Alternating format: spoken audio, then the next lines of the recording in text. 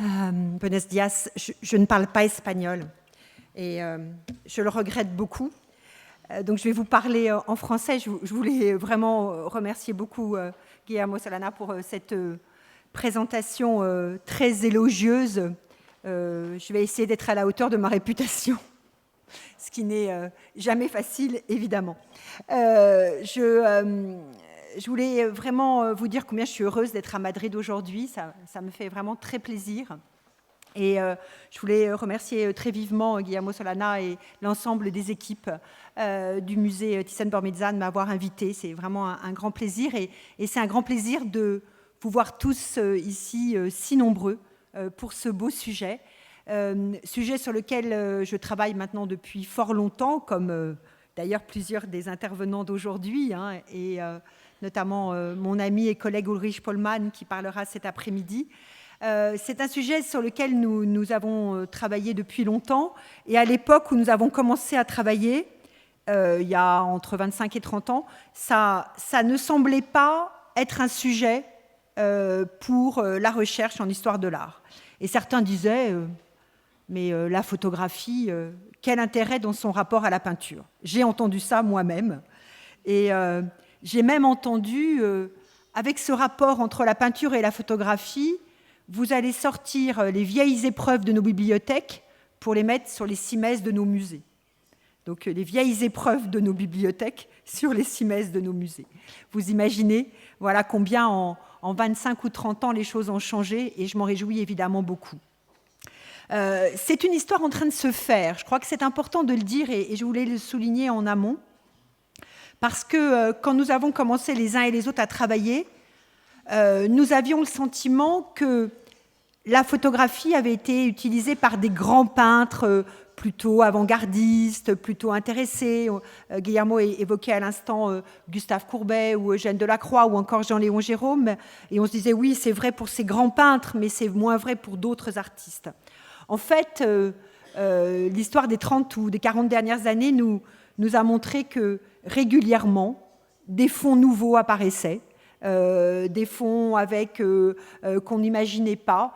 Je pense le plus récent d'entre eux en France est le fonds du peintre Henri Fantin-Latour au musée de Grenoble, qui a été redécouvert en 2009 et présenté pour la première fois en 2017. Donc vous voyez, c'est hier, enfin tout de suite.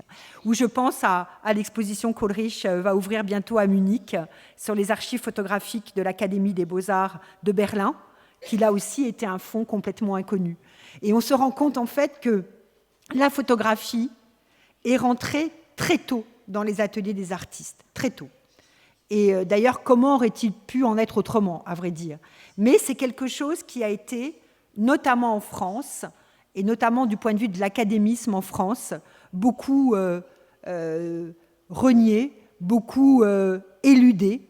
Et c'est le grand mérite de l'exposition que vous organisez. Bravo pour cette belle exposition que vous organisez ici et qui nous réunit. Donc vraiment, c'est une histoire en train de se faire. C'est pour ça que ce que j'ai coutume de dire, c'est que ce que je dis aujourd'hui ne vaut que pour aujourd'hui, parce que si demain matin, d'autres fonds que nous ne connaissons pas apportent d'autres éléments, eh ben, ce que j'aurais dit n'aura plus de sens. Donc c'est l'intérêt de l'histoire de l'art en train de se faire, c'est qu'on parle pour aujourd'hui et maintenant, et qu'ensuite, eh bien, les choses viendront s'enrichir fort heureusement. Notre discipline, vous le savez, et j'y tiens beaucoup, est une discipline vivante, est une discipline d'aujourd'hui. Et ce n'est pas une discipline du passé, mais c'est une discipline du présent et du futur, et je m'en réjouis beaucoup, évidemment, de le souligner. Sans plus tarder, donc, je vais commencer. Je voulais, parce que c'est ce que m'ont demandé Paloma et Clara, je voulais parler du paysage, et ça me semble effectivement un point important, parce que c'est certainement un des genres, ou peut-être même le genre de représentation picturale, et ensuite de représentation photographique, dans lequel les liens entre peinture et photographie ont été les plus, comment dirais-je, à la fois les plus constants, les plus forts, et certainement aussi ceux qui ont permis, c'est comme ça que je l'ai appelé, ceux qui ont permis des révolutions successives. Puisque vous le savez, ce genre mineur au regard de la hiérarchie picturale en France, d'un point de vue de l'Académie, a connu des appréciations nouvelles successives tout au long du XIXe siècle, a connu ce qu'on a pu appeler des révolutions. Ce genre, qui était un genre mineur, parce que trop inféodé au réel, est devenu, au fil des années, le genre le mieux apprécié au salon à Paris. À partir de 1830, c'est même le genre qui est le mieux représenté au salon. Et ce qui est intéressant, c'est qu'on pourrait imaginer que ce soit, ou que ça ait été, un succès seulement populaire. Mais en fait, et ça c'est très intéressant, ce succès populaire a été aussi un succès esthétique qui a conduit les grandes révolutions esthétiques du siècle, que nous pensions à l'école de Barbizon, ou ensuite au réalisme en paysage, et bien sûr à l'impressionnisme. Donc vraiment, ça a été un des lieux d'une révolution picturale du siècle. Ce qui est intéressant, c'est que la peinture de paysage, qui semble finalement complètement inféodée à la nature, le paysage, c'est représenter ce qui représente la nature, donc d'une certaine manière, sans interprétation de l'artiste. Cette peinture du paysage a soulevé, du milieu du XVIIIe siècle jusqu'à la fin du XIXe, et certainement toujours encore, mais en tout cas jusqu'à la fin du XIXe, des questions essentielles au cœur des enjeux artistiques. Notamment, un des points vraiment majeurs, c'est que pour le paysage, c'est le point de vue de l'artiste qui détermine, de fait, le cadre de la représentation.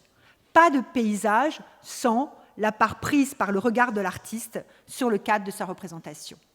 Et de ce point de vue-là, la représentation du paysage en peinture comme en photographie au XIXe siècle est héritière du romantisme, et le premier évidemment de Jean-Jacques Rousseau, qui avec ses promenades et ses rêveries d'un promeneur solitaire a effectivement induit un nouveau rapport à la nature.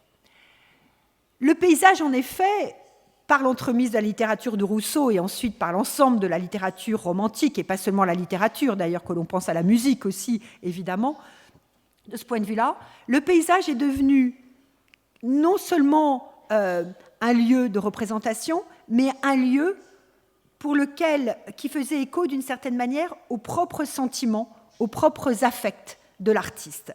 Le paysage, avec cette révolution romantique qui place l'homme au cœur de la nature et l'artiste au cœur de son œuvre, le paysage est devenu à la fois un lieu de promenade, un lieu d'agrément, mais aussi un lieu qui faisait écho aux propres sentiments de l'artiste. Et Chateaubriand, François-René Chateaubriand, grand écrivain romantique et qui avait beaucoup lu Rousseau, comme vous le savez, écrivait d'ailleurs ainsi en 1795, le paysage, il parlait du paysage peint, le paysage a sa partie morale et intellectuelle comme le portrait.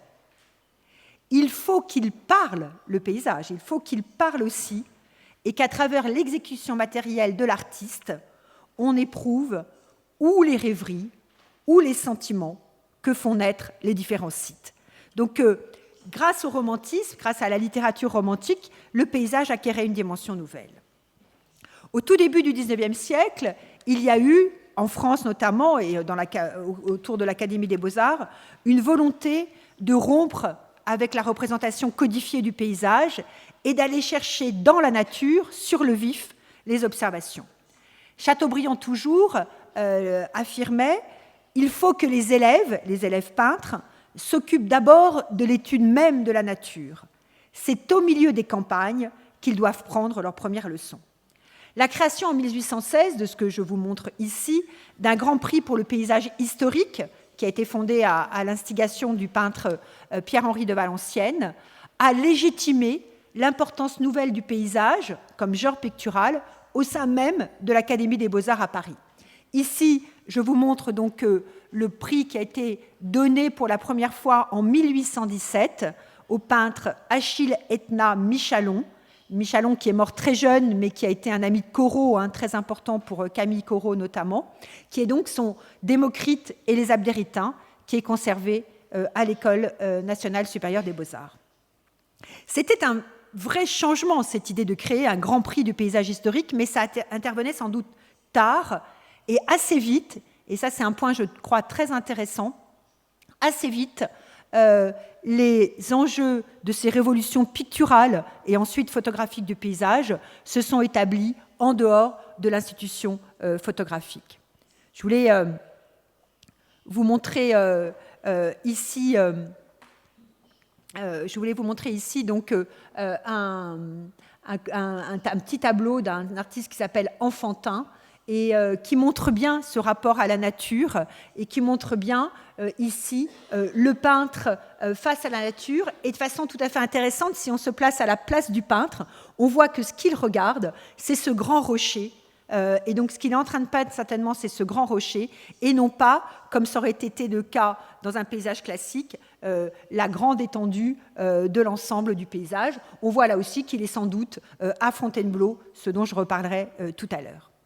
Un des points majeurs, vraiment majeurs du renouvellement du paysage a été l'exposition au Salon de 1824 de plusieurs toiles de peintres anglais et notamment de la charrette de foin de John Constable qui a été présentée donc, en 1824. La présentation de ces toiles de peintres anglais, notamment de Constable, renouvelait profondément le parti pris du paysage.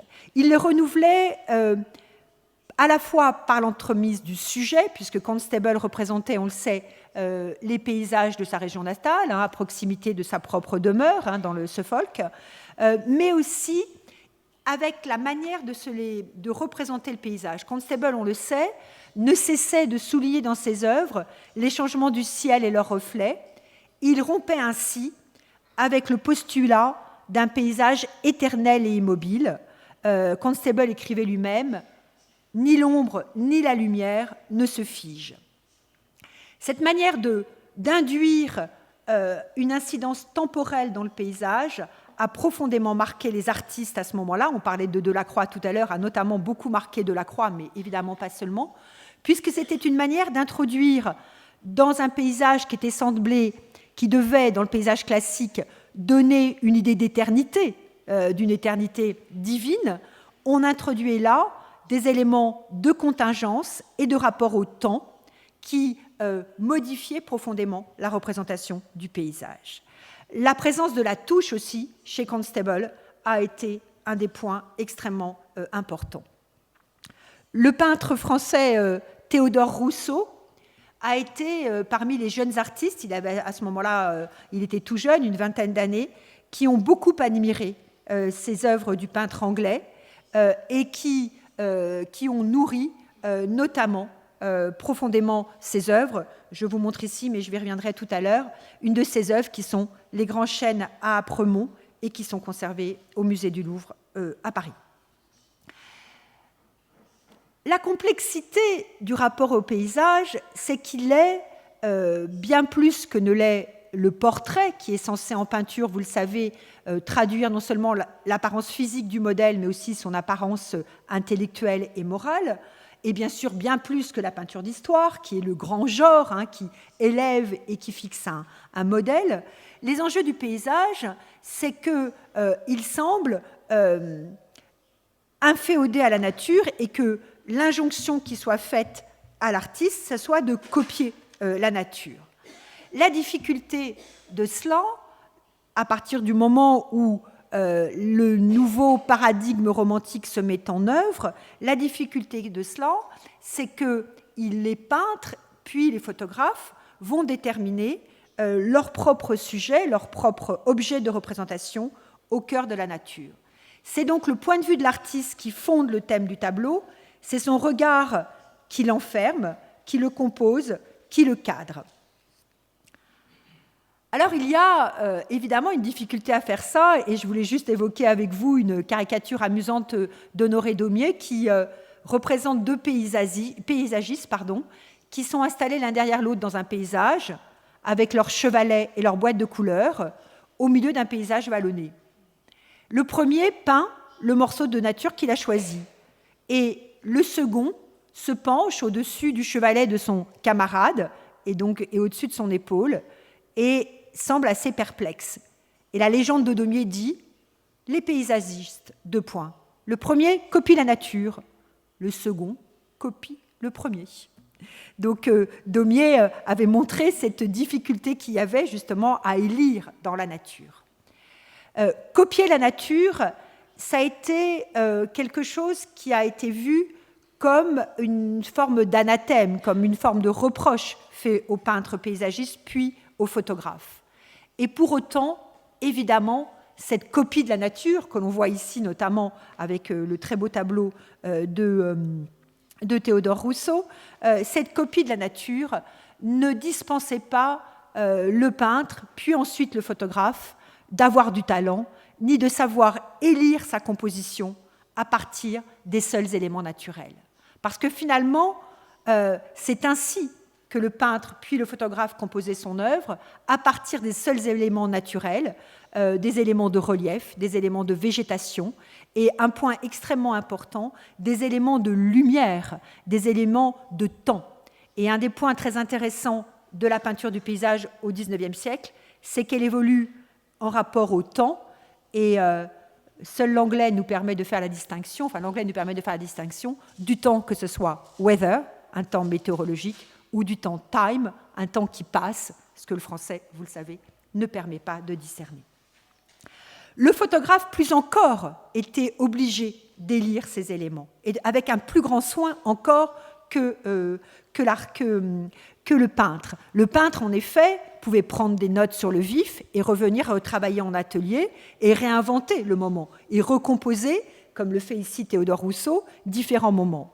Le photographe, en revanche, et je vous montre ici un très beau daguerreotype qui est conservé au musée d'Orsay, que j'avais eu le grand honneur d'acquérir pour le musée d'Orsay, qui est un très beau daguerreotype qui date entre 1845 et 1850, qui est peut-être de Gustave Le Gray, mais on n'a jamais réussi à le montrer de façon déterminée. Mais certainement, ce n'est pas The Guy Next Door qui l'a créé. Et vous voyez la proximité avec l'œuvre de Théodore Rousseau que je vous montrais. De façon évidente, le photographe s'est inspiré du modèle de la peinture. Ça, c'est absolument certain. Mais pour construire et pour réaliser cette œuvre, il a dû, lui, le photographe, ne se fonder que par rapport à ce qu'il avait en face de son objectif. Il ne pouvait pas recréer, comme l'avait fait Théodore Rousseau, dans son atelier. Ce qui l'obligeait, évidemment, non seulement à être attentif à ce qui l'entourait, mais même à composer en amont son œuvre. Parce qu'il va de soi ici que le temps de pause est très important et que le rapport à la lumière est très important. Et on voit bien ici que le modèle pictural est très présent et que le photographe lui emprunte la rigueur de la composition, le jus de la lumière, la distinction des plans et l'équilibre des masses. Mais on voit là aussi que le photographe a choisi un angle de vue qui lui permet, en étant plutôt placé assez bas, qui lui permet de donner la plus grande hauteur à ses arbres. On voit aussi, et la photographie ici a grandi, je ne sais pas, une 25 ou 30 fois, donc elle a été beaucoup agrandie évidemment. On voit aussi le talent qu'il a eu ici à maîtriser la lumière, puisque on voit, vous voyez bien, la nature même des troncs ou les différents éléments des feuilles.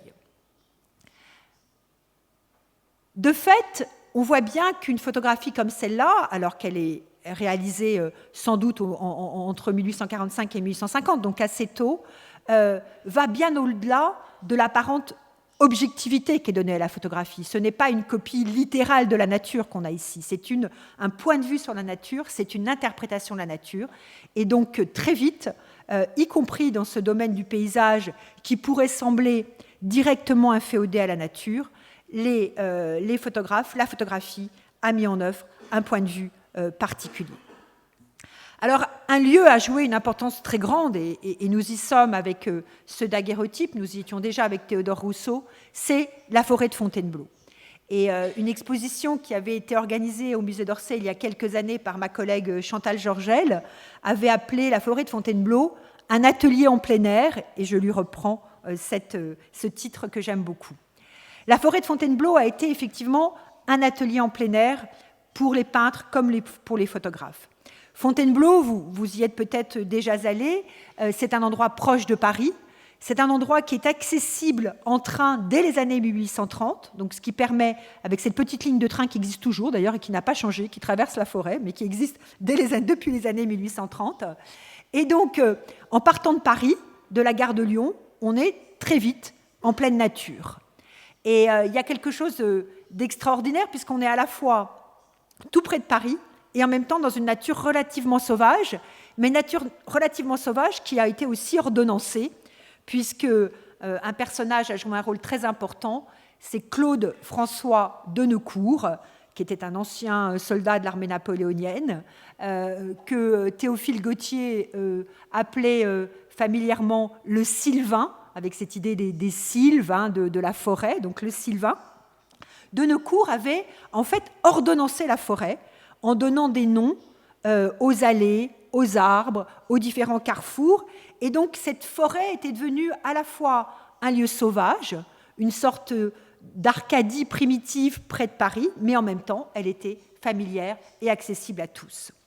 Et c'est vraiment un lieu où peintres et photographes se sont retrouvés et se sont réunis de façon extrêmement fréquente. Hein. Ils partageaient les mêmes lieux, notamment la fameuse auberge Ganne, hein, qui est devenue aujourd'hui une partie du musée de Barbizon, hein, donc à Fontainebleau, donc de l'auberge Ganne. Et il y avait là un échange constant qui est bien montré ici, si je reviens sur le Théodore Rousseau et le daguerreotype qui est ici.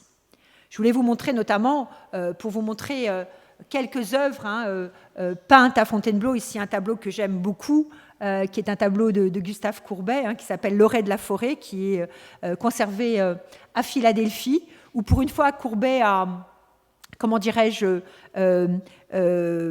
ignoré sa Franche-Comté natale, même si on retrouve des aspirations franc-comtoises dans sa représentation de la forêt, pour représenter donc la forêt de Fontainebleau.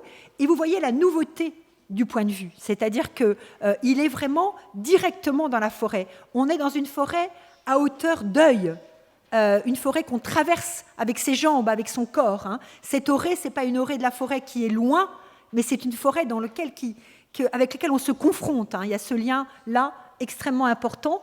Et c'est une forêt aussi dans laquelle la peinture excelle à jouer du rapport entre le minéral, les rochers, et le végétal, les troncs, les feuilles.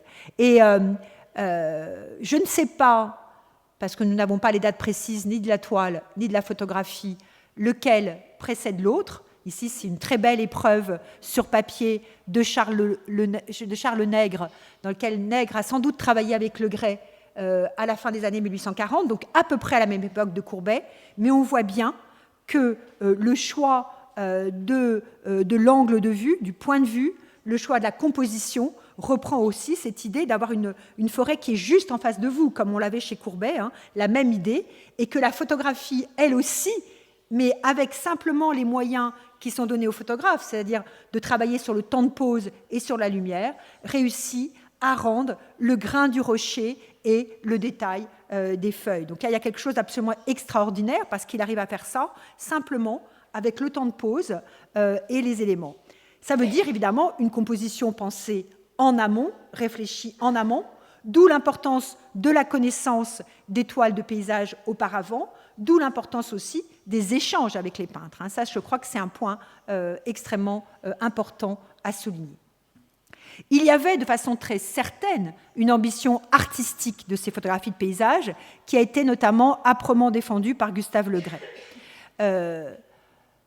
Peintre de formation, vous le savez, il avait été élève de Paul Delaroche. Le Gray défendait le fait que la théorie des sacrifices, hein, qui régissait le travail du peintre, hein, et comme Delacroix l'avait d'ailleurs souligné lui-même, devait aussi guider le travail du photographe.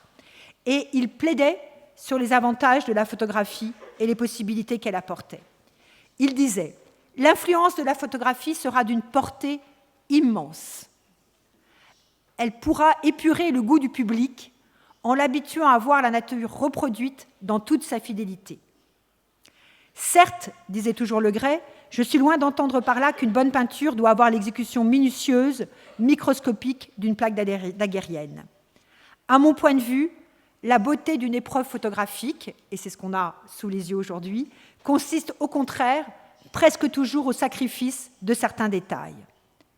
Le Gray soulignait, en mettant en gras, et je voudrais aussi lire cette phrase-là, « Il n'y a donc vraiment que l'artiste ou l'homme de goût qui puisse obtenir sûrement une œuvre parfaite, à l'aide d'un instrument, l'appareil photographique, capable de rendre le même objet avec une variété d'interprétations infinie. » Il y avait là une revendication très forte du paysage photographique comme création que Le Gray mettait ici en avant.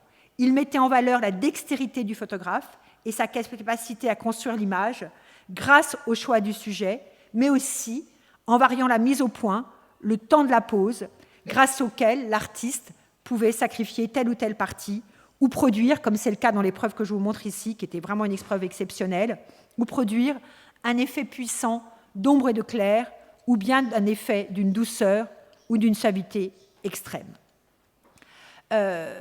Le Gray a, grâce à son talent, grâce aussi à cette réflexion théorique, et je voulais vraiment souligner avec vous cette portée de la réflexion théorique, Le Gray a pu obtenir des images d'une beauté exceptionnelle.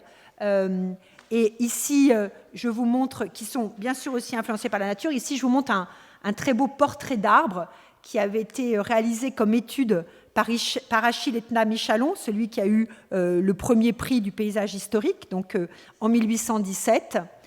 Donc magnifique élément. Et ici, c'est une étude, c'est-à-dire que c'est une étude qui avait servi à Michalon pour son tableau final. Et ici, c'est une exceptionnelle photographie, très proche d'ailleurs dans sa composition.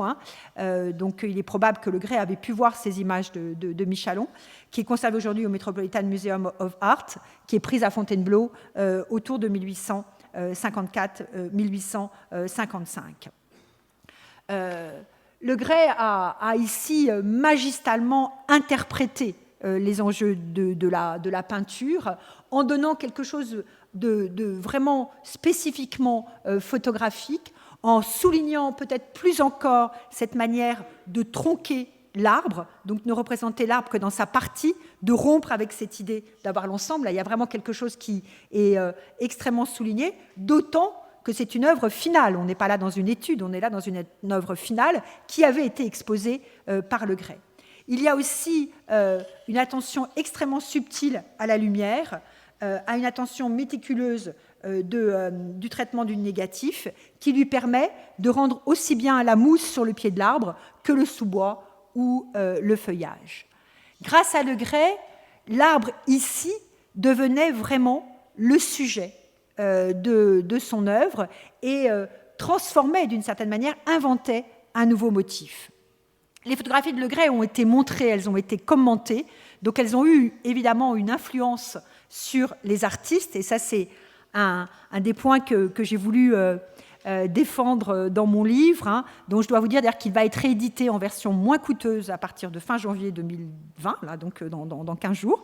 Voilà, donc il sera plus accessible en français malheureusement, mais en tout cas plus accessible financièrement. Et ce que j'ai voulu montrer, c'est que on est moins dans ce rapport de copie que dans ce rapport de rencontre. Ce qui m'intéresse, c'est que vous voyez, Le Gray vient chercher des éléments d'études qui ont été faites par le paysage classique et notamment par Michalon, et ensuite la photographie de Le Gray qui a été exposée permet de souffler non pas quelque chose qui ressemble, mais quelque chose qui s'en inspire, dans ce principe par exemple de la trace que Carlo Ginzburg, entre autres, a bien souligné en matière d'histoire de l'art, c'est-à-dire que le fait qu'une image existe permet de réinventer soi-même d'autres images, et ici, c'est un tableau qui m'est particulièrement cher, c'est le Chêne de Flagey de Gustave Courbet, qui a été acquis il y a quelques années par le musée d'Ornans à Ornans, le musée de Courbet à Ornans. Et ici, vous voyez que Courbet reprend ce principe de tronquer l'arbre, d'être très proche de lui, reprend aussi ces enjeux de lumière très fortes que Le Gray avait utilisés.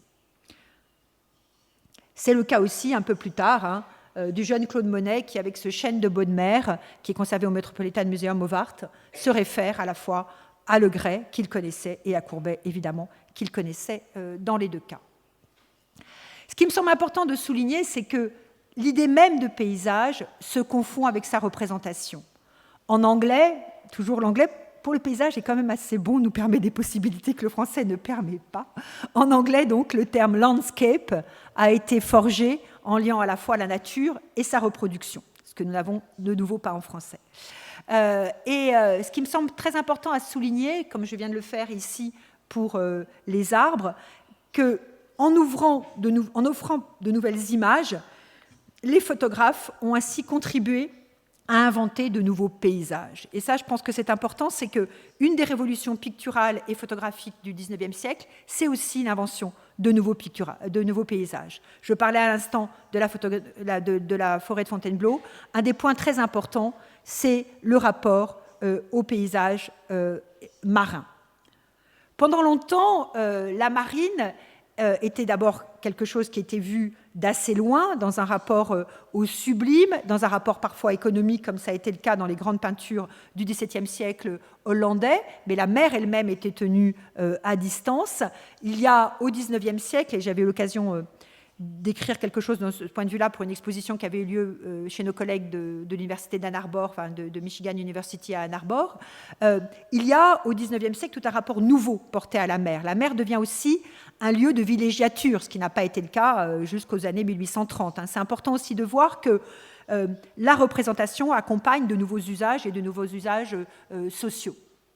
Et on a pendant longtemps été nourri pour l'enjeu de la marine, de la représentation donc, de paysages de mer, de deux traditions, la peinture hollandaise du XVIIe siècle et la vision romantique du sublime du XVIIIe siècle, celle qui avait été conçue par Edmund Burke et repris notamment en France par Denis Diderot, qui jouait sur des représentations peintes qui suscitaient une forme de terreur que Diderot avait qualifiée de délicieuse.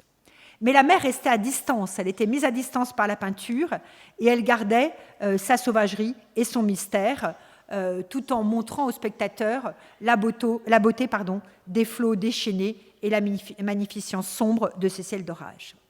Donc c'est une conception qui a nourri profondément, évidemment, la peinture et la poésie romantique, que l'on pense notamment à Charles Baudelaire, qui a été extrêmement impressionné par cette beauté romantique du sublime des marines traditionnelles. Il y avait, et c'est quelque chose qui a été un des points vraiment de grand intérêt des peintres et des photographes du Xe siècle, il y avait dans cette représentation de ces ciels, de ces tempêtes, il y a eu quelque chose qui a beaucoup intéressé et les peintres et les photographes tout au long du XIXe siècle, c'est cette idée de la représentation de la fugacité de l'instant atmosphérique dont on sait au bord de la mer qu'il change tout le temps. Et ce qui est très intéressant, c'est que, comme souvent au XIXe siècle, cette aspiration à représenter la fugacité de l'instant atmosphérique s'est doublée d'une exaltation romantique avec des observations scientifiques. Et Baudelaire, d'ailleurs, avait été très surpris des ciels que le peintre Jeanne Boudin avait pu réaliser sur le vif et surpris de leur justesse météorologique. Il y avait quelque chose qui alliait dans cette désir, et je vais y revenir tout de suite avec les deux images qui sont là, dans cette désir de représenter l'instant qui disparaît, la mer qui se renouvelle, le nuage qui fuit, il y avait une alliance entre romantisme et rationalisme qui offrait finalement une conception qui pouvait à la fois émouvoir et séduire et qui pouvait être à la fois sembler juste par rapport à la dimension atmosphérique, mais aussi en partie idéaliste et trompeuse ou mensongère.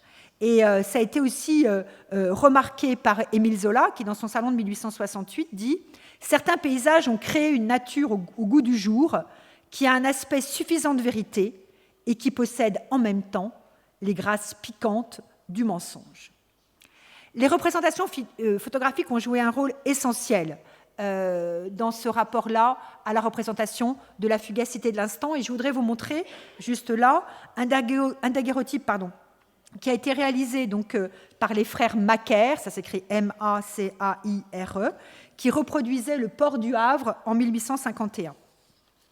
Les frères Macaire étaient des photographes qui avaient une formation de peintre comme beaucoup de photographes, et ils avaient joué un rôle très important, ils ont joué un rôle très important dans le rapport entre peinture et photographie, puisque ce sont eux qui ont, au Havre, présenté la photographie dans les salons de peinture, qui étaient assez importants au Havre parce qu'ils avaient lieu juste après les salons de peinture parisiens, et où ils présentaient de la photographie dès l'année 1854, donc bien avant la France. Donc ça, c'est un point tout à fait important. Ils avaient reçu, parce qu'ils étaient assez en cours, notamment auprès d'un certain nombre de bourgeois et d'industriels du Havre, ils étaient assez en cours avec le régime du Second Empire, ils avaient reçu une commande pour pouvoir reproduire tous les ports de France par la photographie. Finalement, à ma connaissance, cette commande n'a jamais eu lieu. En revanche, il y a ce très beau daguerreotype qui est donc conservé à la Bibliothèque nationale de France et pour lequel ils ont cherché à montrer la virtuosité de leur art photographique et donc à pouvoir réduire le temps de pose suffisamment pour que non seulement les différents éléments soient visibles, mais que même la fumée qui s'échappe du vapeur le soit. Ce qui est absolument remarquable, puisqu'il faut évidemment un temps de pose très court pour que ce soit possible. Il est possible qu'ils aient eu beaucoup d'épreuves ratées avant celle-là. Ce n'est certainement pas leur premier essai.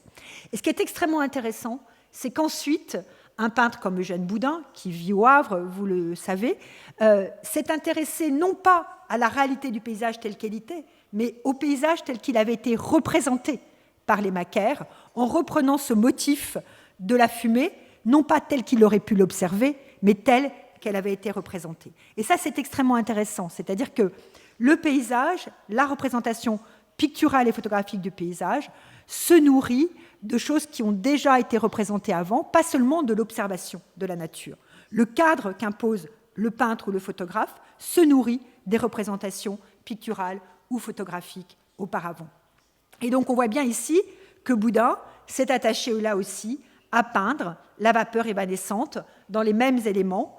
Et on voit bien ici, et c'est très intéressant, qu'on aurait pu imaginer, dans une conception de simple inféodation de la peinture à la photographie, ou de la photographie à la peinture, d'ailleurs les deux jouent dans les mêmes sens, que Boudin aurait repris de ces images des Macaire la distinction peut-être immédiate du costume. Il n'en est rien, ce n'est pas ça qu'il fait. Ce qu'il reprend, c'est l'invention remarquable liée à la virtuosité technique des photographes, qui est cette vapeur qui s'échappe. Donc ça, c'est extrêmement intéressant parce qu'on met en œuvre quelque chose de nouveau.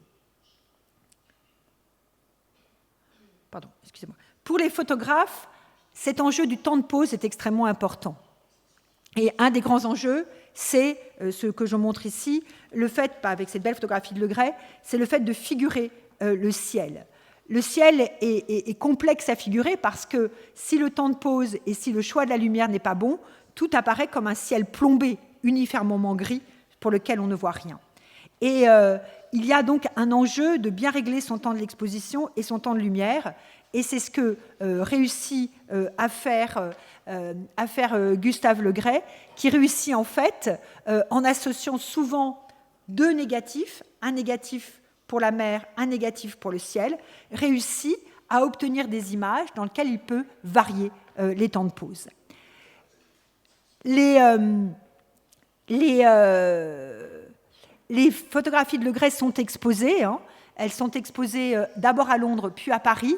Et je voulais lire juste un critique qui disait « Cette fois-ci, les limites du possible ont été atteintes et nous ne sommes nullement surpris que ces tableaux enchantés, les tableaux enchantés, ce sont les photographies de Legray, ces tableaux enchantés, donc vous voyez ce lien avec la peinture, fassent fureur, au point que leur bienheureux auteur aurait déjà reçu pour plus de 20 000 francs, 20 000 francs c'est considérable, de commandes importantes. Donc avec ce subterfuge de superposer un négatif pour le ciel, un négatif pour la mer, Legray pouvait rendre au mieux les effets atmosphériques. Il jouait à atteindre une vérité esthétique qui correspondait aux attentes du public, mais mettait à mal, évidemment, la supposée exactitude de la photographie. Et ce que je trouve extrêmement important, c'est que la photographie qui devrait être liée au réel, ici, grâce à Legray, privilégiait l'emphase véridique à la représentation immédiate du réel, en restant fidèle à la vision des artistes romantiques. Et ça m'amuse toujours beaucoup quand des jeunes gens me disent « Ah oui, mais madame, la photographie, c'est bien, mais c'est mieux maintenant avec Photoshop ou avec tous les trucs nouveaux qu'on a, parce qu'on peut tricher, faire ce qu'on veut. » Et je leur dis « Ah bah oui, mais ça, dès le début, ils ont toujours triché.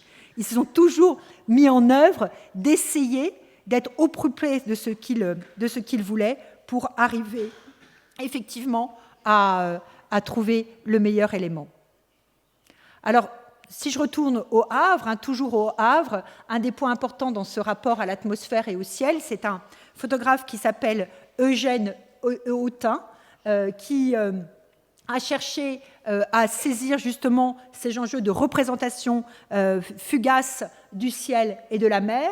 Il représente ici la jetée du Havre. On est ici au milieu des années 1865, en essayant de rendre au plus près, j'y reviendrai tout à l'heure, les mouvements de la mer et ceux du ciel. Et il note les instants où il prend ses photographies. Et un jeune peintre, qui est aussi havrais, qui connaît ces expositions qui associent peinture et photographie, représente ici, à peu près une année plus tard, la même jetée du port du Havre. Et là aussi, on voit qu'il reprend des éléments qui sont des éléments qu'il a vus. Évidemment, il connaît Claude Monet. Ici, l'œuvre est conservée dans une collection particulière. Claude Monet connaît effectivement ce paysage qu'il a observé, mais on voit aussi qu'il reprend ici le motif des silhouettes de la photographie, c'est-à-dire que c'est la représentation photographique qui lui souffle sa représentation picturale. Toujours dans cette représentation de la mer, et je reviens à Le Gray, l'enjeu de la représentation de la mer par la photographie est absolument essentiel. Mais de fait, quoi qu'il arrive, quoi que vous fassiez, la photographie est obligée d'arrêter l'image. La photographie n'est pas le cinéma, et je ne voudrais pas renvoyer à d'autres enjeux qui sont ceux, par exemple, d'Étienne Jules Marais dans le port de Naples, bien des années plus tard, reproduisant une vague. Ici, la photographie, quoi qu'elle fasse, arrête l'image. La reproduction du déroulé et du mouvement se refuse à la photographie. Et quelle que soit l'instantanéité, qui est quelque chose que les photographes ont recherché, évidemment, elle est impossible de faire autrement. La photographie arrête l'image, arrête ici la mer, la suspend. Et ici, donc, cette mer est photographiée donc, à 7 par Gustave Le Gray, donc la grande vague, et on voit bien cette mer arrêtée. Alors cette mer arrêtée avec vraiment une très grande subtilité, des rochers, des flots, des éléments, tout ça est représenté de façon très forte, mais ce n'est pas une mer qui bouge, ce n'est pas une mer liquide, c'est une mer plutôt de pierre, c'est plutôt une mer tellurique. Et cette mer tellurique a soufflé notamment à Gustave Courbet cette magnifique vague, ici celle que je montre est celle de Lyon, donc cette magnifique, du Musée des Beaux-Arts de Lyon, magnifique vague dont il a fait une série de peintures liée à une tempête qu'il avait vue quand il était à Étretat en 1869, mais dont il invente un point de vue qui est nouveau en peinture, avec notamment cette grande rupture de l'horizon que l'on voit ici, rupture qu'il a notamment repris des photographies et notamment celle de Le Gray qu'il connaissait, mais surtout le point de vue est extrêmement original. On est, comme on était tout à l'heure dans son tableau de Loret de Fontainebleau, on est directement sur la nature, on n'est pas sur une mer lointaine, on est une mer avec laquelle on se confronte. C'est une mer arrêtée, c'est une mer tellurique. Il lui a d'ailleurs donné les mêmes couleurs que celles qu'il donne à ses falaises d'Ornans, les bruns, les verts, les ocres à l'intérieur. On voit d'ailleurs, quand on est près, on voit tous ces éléments-là qui sont dans le détail de la peinture. Et certainement, cette mer arrêtée, cette mer tellurique, lui a été soufflée par les photographies de Le Gray, avec quelque chose d'extrêmement important chez Courbet, parce que vous savez que Courbet ramène toujours tout à lui et ramène toujours tout à son univers, c'est que grâce à la photographie, il a eu l'intuition que cette mer pouvait, d'une certaine manière, revenir sienne.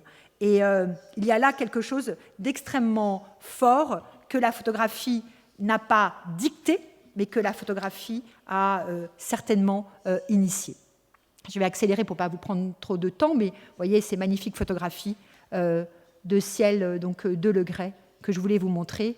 Et notamment là aussi celle du brick avec cette coupure de l'horizon et qui ont pu, je vais être un petit peu moins longue sur cette image-là, certainement aussi souffler ces éléments-là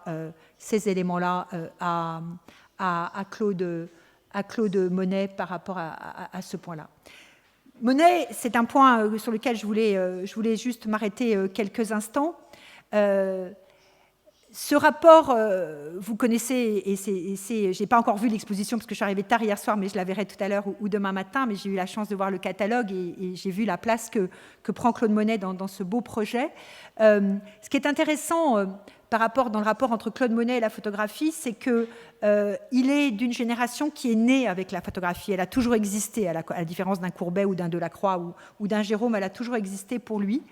Comme il est né au Havre, où avaient lieu ces grandes expositions qui associaient peinture et photographie, avant même qu'elles n'aient pu avoir lieu à Paris, il a cette familiarité-là. Et comme je le disais tout à l'heure, il a pu regarder les travaux d'Auguste Autain, dont je vous ai montré une photographie tout à l'heure. Et ce qui est certainement, me semble-t-il, possible de penser, c'est que le projet qu'avait eu Autain et que Monet connaissait, de pouvoir photographier un même paysage à différentes heures du moment, à différentes heures du jour et de l'année, a certainement aussi souligné chez Monet cette idée d'un paysage qui variait, d'un paysage qui pouvait être différent. Et il est probable que c'est aussi certainement quelque chose qui l'a amené vers la série, en montrant combien le sujet du paysage, ce n'était pas simplement un site, mais c'était un site à un moment donné de la journée, à un moment donné de l'année. Et ça me semble aussi extrêmement intéressant à souligner. Je parlais tout à l'heure donc de nouveaux paysages qui me semblaient importants, et on a évoqué ensemble ces portraits d'arbres, on a évoqué aussi ensemble ce rapport à la mer et ce rapport aussi à une manière de lier dans un paysage à la fois le rapport au temps qui passe comme au temps météo, à la fois time and weather, et cette idée aussi que la représentation du paysage en peinture comme en photographie n'est pas seulement un site, mais un site à une heure et à un moment donné. Un des points sur lesquels certainement, et Ulrich en reparlera tout à l'heure de façon plus longue et certainement plus profonde que je ne vais le faire tout de suite, un des points importants, c'est l'invention d'un paysage urbain qui est extrêmement fondamental et pour lequel certainement la photographie a joué un rôle princeps. Parce que ça, c'est un point que j'ai toujours voulu souligner dans mes travaux.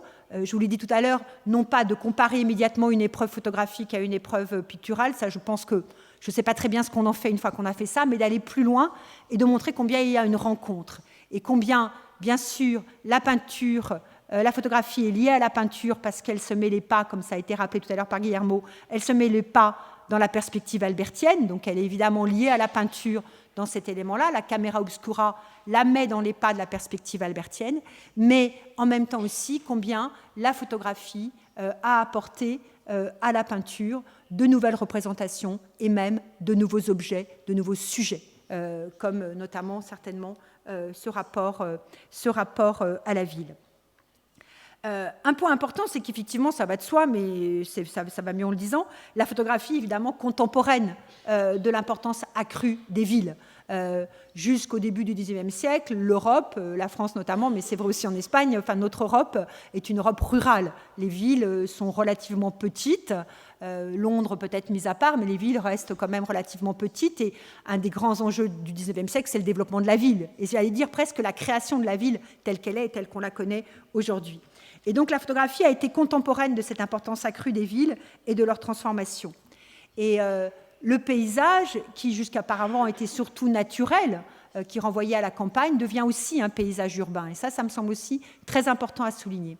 Et si je souligne ce point, c'est parce que les photographes qui ont eu à cœur de se valoriser et d'apparaître comme des artistes, comme des créateurs, ont cherché à la fois des éléments qui mettaient en œuvre leur virtuosité, pensez notamment tout à l'heure au panache de vapeur qui sort du vapeur pour les frères Macaire, mais ont cherché aussi à montrer des éléments qui leur permettait de séduire un goût d'aujourd'hui. Or, le rapport à la ville en train de se faire, de la ville en train de se construire, était quelque chose qui évidemment intéressait beaucoup de personnes, à la fois au niveau de leur clientèle, mais aussi au niveau du pouvoir politique.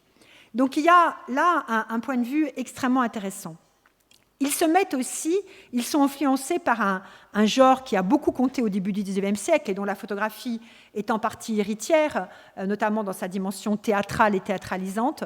Ce sont les panoramas et les spectacles optiques. Le panorama, qui est le fait de pouvoir être situé au cœur de la peinture, donc c'est une forme de négation de la perspective albertienne, on est au cœur de la peinture dans une vision à 360 degrés plutôt que d'être dans la perspective albertienne. Le panorama a été inventé à la fin du XVIIIe siècle et s'il y a eu une ville qui a été la ville des panoramas, c'est certainement Paris, avec ce spectacle donc, qui incluait complètement dans la peinture. Cette vision inclusive a frappé les photographes qui ont aussi essayé d'ouvrir comme ça une vision à grand angle. Et dès le daguerreotype, un photographe d'origine allemande qui s'appelait Friedrich von Martens a cherché au début des années 1840 à ajouter à la représentation du paysage urbain une ampleur nouvelle qui essayait d'ouvrir à 180 degrés, parce qu'à 360, évidemment, ce n'était pas possible. Et ce rapport au panorama a été extrêmement important. Je vous montre ici un panorama de Paris, qui est l'œuvre des frères Bisson, donc, qui ont été d'abord des daguerreotypistes, puis des photographes sur papier. Donc, c'est un panorama de Paris du milieu des années 1850. Et on voit bien dans ce panorama, qui est conservé au musée d'Orsay, comme c'est d'ailleurs marqué, on voit bien ici quelque chose qui ressort de la représentation de la ville monumentale. On voit notamment Notre-Dame, ici, avec la flèche malheureusement disparue, mais là qui à ce moment-là était toute neuve, elle venait juste d'être érigée. On peut avoir un petit moment en y pensant par rapport à ce drame terrible que nous avons vécu l'année dernière. Donc ça revient effectivement avec le monument, ici Notre-Dame, mais en même temps, la photographie, par le fait qu'elle représente ce qu'elle a devant son objectif, induit une ville nouvelle, une ville dans laquelle on voit la succession des ponts, dans laquelle on voit la succession des lavoirs et des différents bateaux sur la Seine, éléments qui auraient pu être éliminés par le peintre auparavant, qui auraient sans doute représenté ici, ça va de soi, les ponts, et notamment les ponts historiques, la succession ici des ponts historiques, certainement aussi Notre-Dame, mais auraient éludé les lavoirs et les autres bateaux marchands sur la Seine, ce que bien sûr la photographie ne fait pas. Et la photographie, très vite, très tôt, et j'allais dire dès Daguerre, puisqu'une des premières, je ne l'ai pas ici avec moi, mais une des premières représentations, c'est le pavillon de Flore au Louvre, avec le bateau lavoir au premier plan, qui est une des premières représentations de Daguerre à la toute fin des années 1830. La photographie mêle à la fois cette ville monumentale liée à la peinture, avec aussi ici cette activité sur la Seine. Et ça, c'est un des points qui a eu une influence très grande chez les photographes, sur les peintres. Je montre ici, mais c'est totalement un choix personnel, le beau tableau d'Armand Guillaumin qui montre le port de Charenton, où on retrouve cette activité sur la Seine et qui certainement est en partie nourrie par la photographie. Paris devient un sujet choisi pour les photographes, notamment parce que l'empereur Napoléon III leur adresse des commandes des rénovations urbaines, et que ce soit notamment Édouard Baldus pour toute la rénovation du Louvre, ou que ce soit Charles Marville par la commande du baron Haussmann pour Paris. Donc, dès le début des années 1850, Édouard Baldus, qui est un photographe d'origine allemande, mais qui lui aussi est peintre de formation, a réalisé de très nombreuses œuvres qui sont liées aux transformations architecturales du Louvre, qu'il suit à partir de 1854 à la demande de l'architecte Hector Le Fuel. Grâce à la photographie, il note ainsi les déconstructions et les reconstructions. Il photographie toutes les parties de l'édifice restauré, comme chacun aussi des éléments nouveaux du décor. Donc ça, c'est vraiment un travail très intéressant, mais comme Baldus est aussi peintre, il a bien sûr un point de vue de peintre et un enjeu de composition et d'étude de l'image. sa vue du jardin de l'Infante, qui venait juste d'être recréé, donc en contrebas de la galerie d'Apollon. La galerie d'Apollon, j'en profite pour vous dire que nous avons inauguré hier la galerie d'Apollon rénovée, donc vous pourrez venir au Louvre voir cette présentation, c'est vraiment magnifique, je dois dire, mais bon, ça n'a rien à voir avec le 19e siècle. Donc juste en contrebas de la galerie d'Apollon, crée une image nouvelle. Et son point de vue en hauteur permet de renforcer l'ordonnancement strict du jardin à la française, et la clarté et la précision de l'épreuve permettent aussi de rendre les lignes architecturales qui venaient juste d'être restaurées par Félix Duban. Et ici, Baldus, comme d'autres photographes, invente une manière nouvelle de regarder la ville et de la représenter. Il crée de nouveaux motifs qui renouvellent le cadre de référence du paysage, et c'est le cas ici avec ce tableau de Claude Monet, le jardin de l'Infante, qui est conservé à Boston, si je ne dis pas de bêtises, et qui reprend ce même jardin avec ce même point de vue en hauteur, tout à fait intéressant. Je parlais de la naissance de la ville. Un autre point important, c'est l'invention du chemin de fer, chemin de fer qui a bouleversé le paysage, que ce soit le paysage urbain ou le paysage naturel. On le sait du point de vue urbain que Napoléon III a voulu faire des gares de Paris, les entrées de Paris, et la gare du Nord, par exemple, a été pensée comme une nouvelle entrée de Paris, quand elle a été construite par Hittorf. Donc c'est vraiment cet enjeu-là, on a un changement profond. Le chemin de fer apporte une vision nouvelle sur les lieux traversés. Édouard Baldus, toujours lui, a réalisé en 1855 un album qui avait été commandé par la Société des chemins de fer du Nord et qui avait été remis à la reine Victoria lors de sa visite de l'exposition universelle en 1855. Il avait photographié une cinquantaine des sites parcourus par la ligne ferroviaire, retraçant l'itinéraire que le couple royal avait emprunté entre Boulogne-sur-Mer et Paris, en valorisant évidemment la prouesse technique et technologique de la France. Vous savez que l'exposition universelle de 1855 était une façon de répondre à celle de 51, où Napoléon, qui n'était pas encore empereur, Louis-Napoléon, qui n'était pas encore empereur, avait été très marri et agacé par par la superbe britannique. Et donc, c'était aussi une manière de montrer que la France était à la hauteur. Les planches, vous le savez, vous voyez ici, sont lisibles, très claires. Elles forment une forme de distance avec le regard très rigoureux du photographe, et elles sont de très grandes dimensions. Ça, c'est aussi un des points qui est important. Je ne l'ai pas souligné, mais on aura peut-être l'occasion de le souligner. À ce moment-là, tout ce rapport esthétique à la photographie et tout ce rapport de l'usage de la photographie n'est pas un usage économique. Les planches, les épreuves photographiques sont coûteuses, donc c'est vraiment pas un rapport économique, c'est vraiment un rapport esthétique. Et ces reproductions des gares, donc les reproductions des gares de Baldus ont constitué les premières images de ces nouveaux monuments de fer. Ici, c'est la gare, une des gares donc, sur la ligne Boulogne-Paris, et ces lieux d'entrée autour de laquelle la vie moderne s'organisait.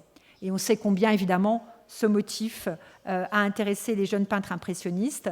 Ils ont été sensibles plus que personne aux transformations de Paris. Et je voulais mettre à côté une très belle gare Saint-Lazare, celle d'Orsay, de Monet. Non pas du tout pour dire que Monet a copié Baldus, ce n'est pas du tout le cas, mais pour montrer qu'il a repris cet enjeu d'une nouvelle représentation industrielle que Baldus avait représentée environ 20 ans avant lui. Pour conclure, je voulais montrer une photographie de Marville qui représente ici le boulevard Saint-Germain, si je ne dis pas de bêtises, mais je crois que c'est ça.